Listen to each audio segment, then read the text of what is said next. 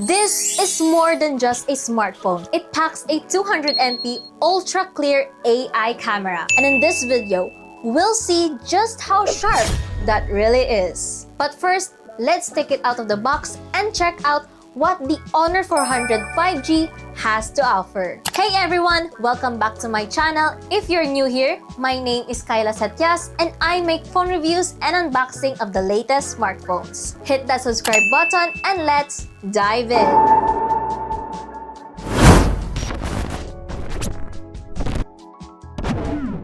Now let us start with the unboxing. Now as we open the box, we will see here the Honor 400 5G.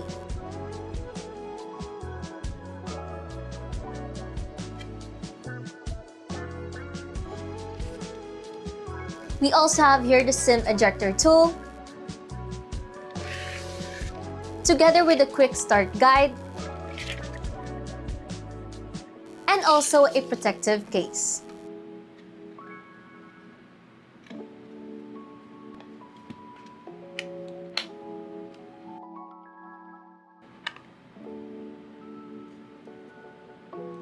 We also have here a Type-C cable and also an adapter with 100 watts.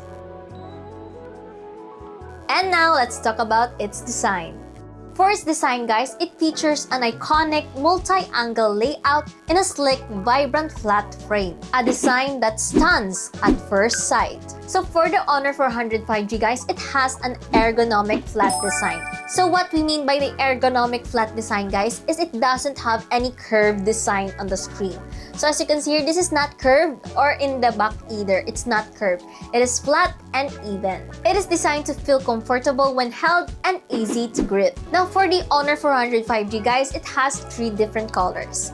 We have the Desert Gold, Tidal Blue, and Midnight Black. So the color that we have here, guys, is the Tidal Blue.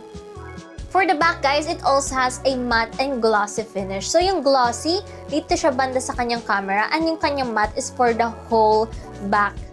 The Honor 400 5G also weighs about 184 grams, and it has a depth of 7.3 millimeters. And also, guys, like any phone nowadays, this doesn't have any audio jack. So if you want to listen to some music, you can use its built-in speakers, and you can also use wired and wireless devices such as wired Type-C earphones or wireless devices such as a Bluetooth speakers or a Bluetooth earphones. Now let us check if this is a dual SIM or a single SIM. Now as you can see here, guys, this is a dual SIM. And now let's talk about its display. So for its display, guys, this has a 6.55 AMOLED screen display. So one thing about AMOLED screen display, guys, is it has a greater range of color options, giving you a more vibrant looking images and videos. So dito sa ating Honor 400 5G, you don't have to worry about its display because this will give you a greater range of color options thanks to its AMOLED screen display. So dito asahan nyo na, guys, when it comes to its display, it has a really great display. So dito sa ating Honor 400 5G, even though you're under the sun, hindi kayo malalabuan dito, guys, kasi this has a 5,000 nits of ultra bright display. So kahit nasa labas kayo, guys, kapag gamit mo ang ating Honor 400 5G, makikita mo pa rin siya dahil meron siyang 5,000 nits ultra bright display. And this also has a 120Hz screen refresh rate. So dito sa ating Honor 400 5G, you can expect to have a more better and smoother animations thanks to its 120Hz screen refresh rate. And when it comes to its resolution, guys, this has a 2736 by 1264p resolution. And one more thing, guys, about its display is it has a slim bezels. So with the slim bezels, guys, the screen is more stretched on the edges of the phone, giving you a more modern, sleek look and more display area, giving you a more immersive experience when you're watching, playing games, or even browsing. And now let's talk about its performance. So for the Honor 400 5G, we have a Snapdragon 7 Gen 3, ensuring a more seamless operations across multimedia, gaming, and productivity. And dito guys, we have a very large storage, which is a 12 gigabytes of RAM and a 512 gigabytes of ROM. So dito sa ating Honor 400 5G, hindi lang 128 gigabytes or 256 gigabytes, it has a 512 gigabytes of ROM. So dito guys is napakalaki talaga ng storage na ino-offer niya, which is very great when you love taking videos or photos or even playing lots of games. So dito sa ating Honor 400 5G, hindi mo kailangan mag-alala sa kanyang storage kasi it has up to 512 gigabytes of ROM. And here guys, I also conducted a Geekbench test, which I will show the results right here. So here are the results for its GPU, and here are the results for its CPU. This also has an extra volume of up to 200%.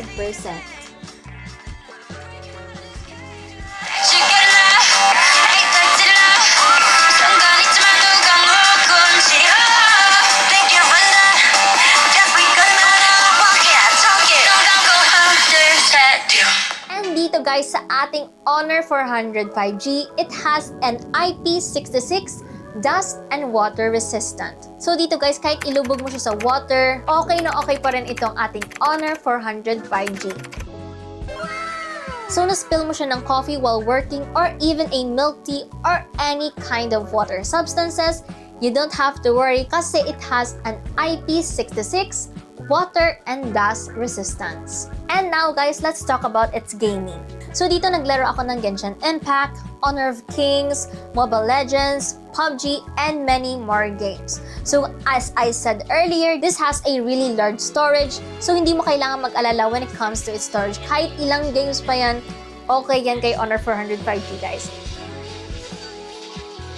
Okay ang aking experience guys dito sa ating Honor 400 5G when it comes to the Genshin Impact. It gave me a very smooth experience. So actually, na-overclock ko pa nga to siya eh. So when it comes to MOBA games guys, okay na okay siya when it comes to the Honor 400 5G. I had a very great time playing on the Honor 400 5G.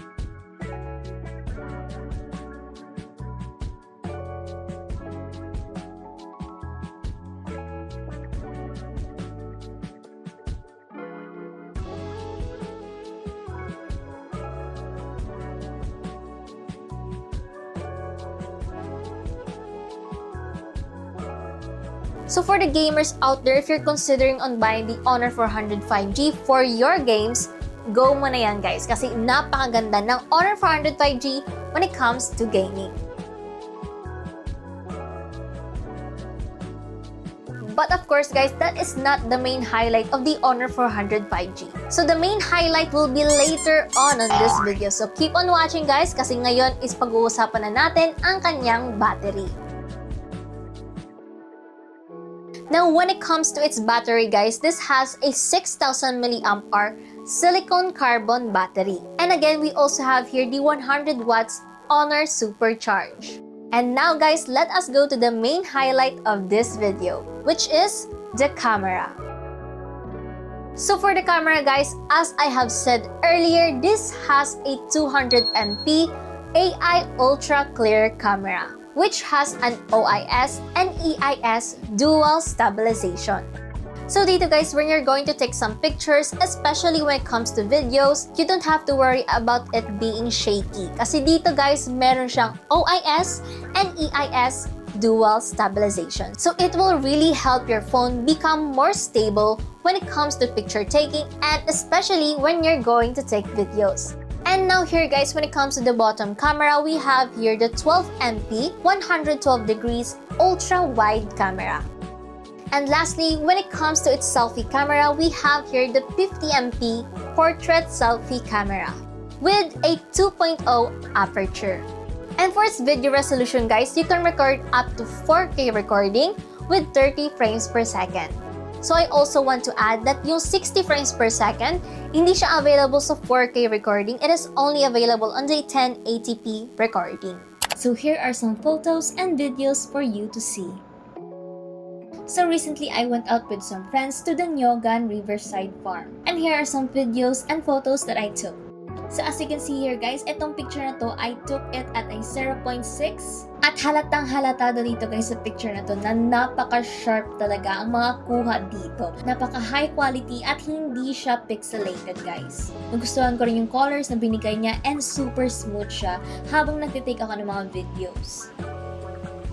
So dito guys sa ating Honor 400 5G, you can expect to have a great quality of video thanks to the 4K recording guys. Kasi hindi lang siya 1080p, you can record up to 4K recording. So napaka-clear, napaka-goods ang kanyang camera quality.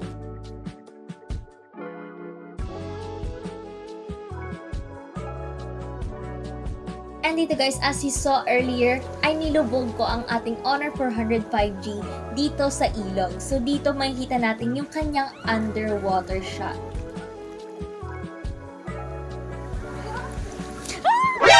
NANI?! So here are the underwater shots guys. So as you can see here guys, kahit nasa underwater na siya, napaka-crystal clear pa rin ang kanyang photos. And as you can see here, kitang-kita mo talaga na hindi rin siya pixelated. It is very sharp and high quality. And yung nakita nyo pala kanina guys na reaction ko, that is a genuine reaction. I was very excited and very na-shook nung nakita ko na ganon ang kanyang kalalabasan guys.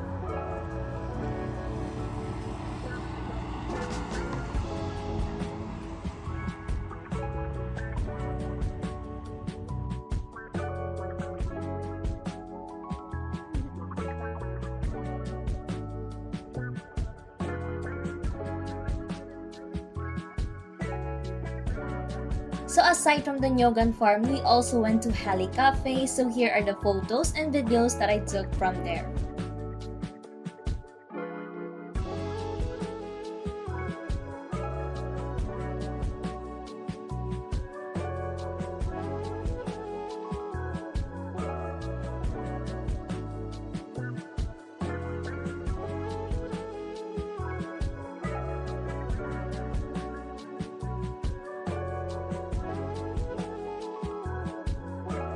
So I also tried the zoom feature and here is the photo.